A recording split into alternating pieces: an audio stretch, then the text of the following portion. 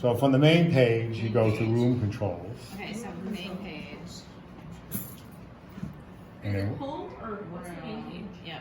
main page. Yeah. Main page is what it says in the bottom. Okay. And then it has a picture of a house. And room control. So it's like the home page. Control. Right, Oh wait, is this the only thing that came up under room control? Just No, so this? go back to main page. Right. So if you click room controls. Room control then brings Yeah. all You get this all up. of those. Right. So you So he just happens to be on mics. right. Yeah. So you actually And have mics. you have the wall plate mics, you have the wireless mics, you have the ceiling mics. You have our audio outputs, which we can adjust, which I'll explain. So I mean, right now everything is kind of routed to Right. all of those 8 speakers. So right now that's the Right. wireless mics. Right. Okay. Not all the microphones are synchronized, so these are already set up on 8 different channels, but they have to be different channels, otherwise they'll interfere with each other. So if you wanted to take this microphone number 2 and put this on, let's say number 5, all I do is make sure this is on. There's a little sync button here, kind of pointed towards this little IR window here. Press sync. Awesome. Okay, and now this is on number 5. Whoa. Okay, so number 5 is on number 5. Oh my god. That So, is brilliant. so when you want to bring more microphones into the picture, all you need to do is bring them up here, turn them on, and, and press, point them towards the IR window on whatever one you're using, and press sync on that channel, and it'll sync it to that channel. Yeah, no. Go to preset 2, just hit menu again, and that'll be on preset 2. Right now, I have nothing coming out of the speakers. Right. Okay. If you look on the mixing board, it actually has a little lights going where wireless mic 2 is labeled here.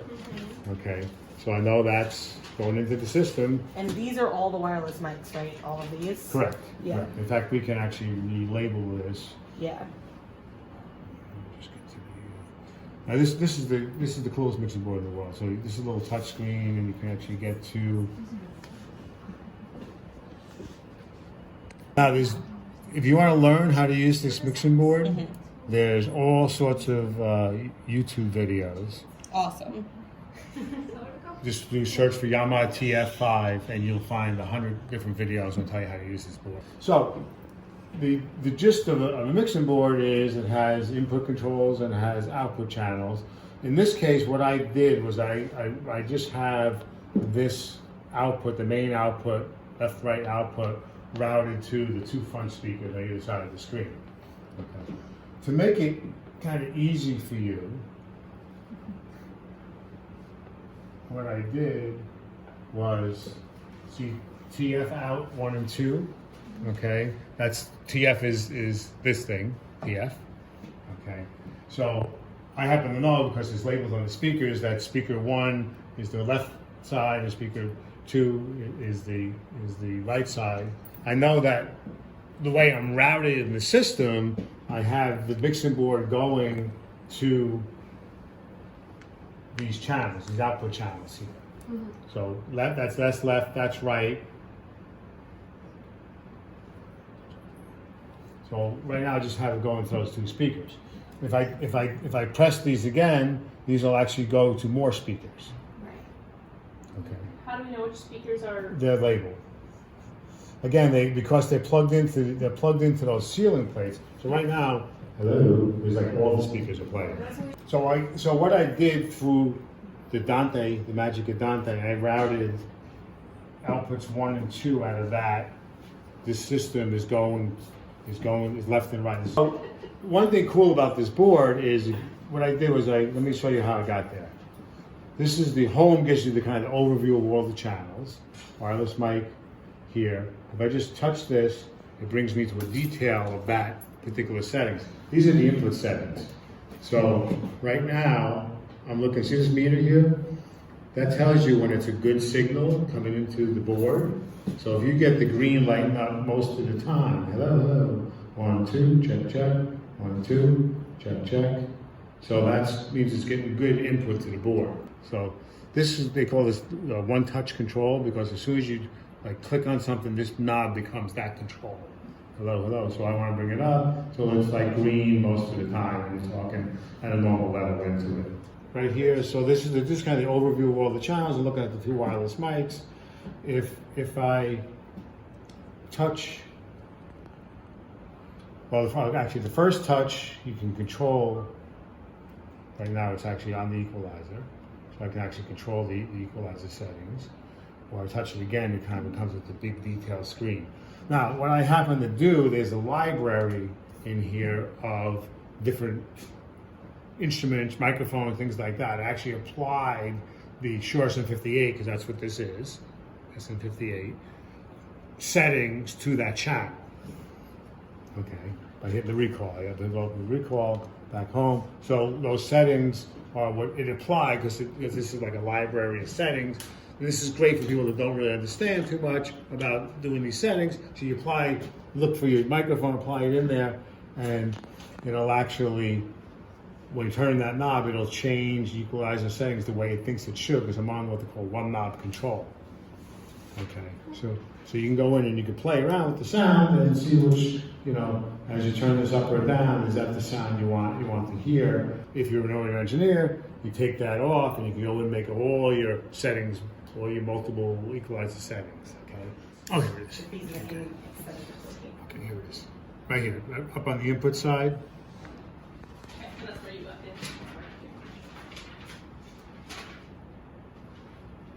So over here, the slot 9 and 10 is actually what comes out of that channel 9 and 10. So slot is this connection. USB would be if you plug something in. There's a USB connection in the back where you actually put a recording software on. Okay.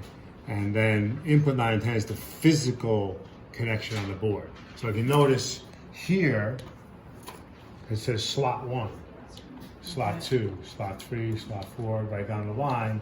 These are all virtual connections through the Dante. If you go here, it's physical input 9 and 10. Okay. And go again, so in here too. Those are physically connected to 1 through 6 on the boards. We get a layer 1. Layer 1. So these are the. Right. Okay. Those are the physical 1 through 6 mics that are on the wall plates. Okay. And then if 7 through 14 are not Or the ceiling. boxes from the ceiling, then where are the wireless mics? Wireless mics are on channel, starting on channel 17. Okay. Right. What about like running something from the DVD player? Right. So if we go back to just like we did before, let's go maybe source. Let's put the when we know the mixer's running right now. So that comes in over here Okay, will you see the light, or how did you know it came in there? because This channel. I have it marked it.